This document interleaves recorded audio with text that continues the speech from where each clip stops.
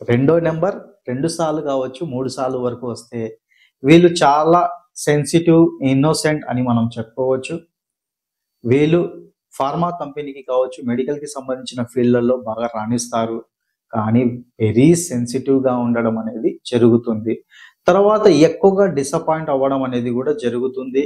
తర్వాత వీళ్ళు ఎక్కడైతే సోషల్ సర్వీస్ చేసే వాళ్ళలో ఈ నంబర్ ఉంటే పర్వాలేదు, బానే ఉంటుంది. కానీ కొన్ని డిపార్ట్మెంట్స్‌కి ఈ నంబర్ అనేది సూట్ కాదు. ఎందుకంటే పోలీస్ డిపార్ట్మెంట్‌లో కావచ్చు, లేకపోతే లాయర్‌కి సంబంధించిన వాళ్ళలో కావచ్చు, ఇలాంటి వాటిలలో వీళ్ళకి కొద్దిగా ఇబ్బందికరంగా, అంటే వీళ్ళలో గనుక ఈ డిపార్ట్మెంట్‌కి సంబంధించిన వాళ్ళలో ఈ నంబర్ ఎక్కువగా ఉంటే గనక వీళ్ళు మెంటల్లీ డిస్టర్బ్ అయ్యి అనవసరంగా ప్రాబ్లమ్స్‌ని క్రియేట్ చేసుకున్న వాళ్ళుగా అవుతారనేది కూడా మనం ఇక్కడ తెలుసుకోవచ్చనమాట.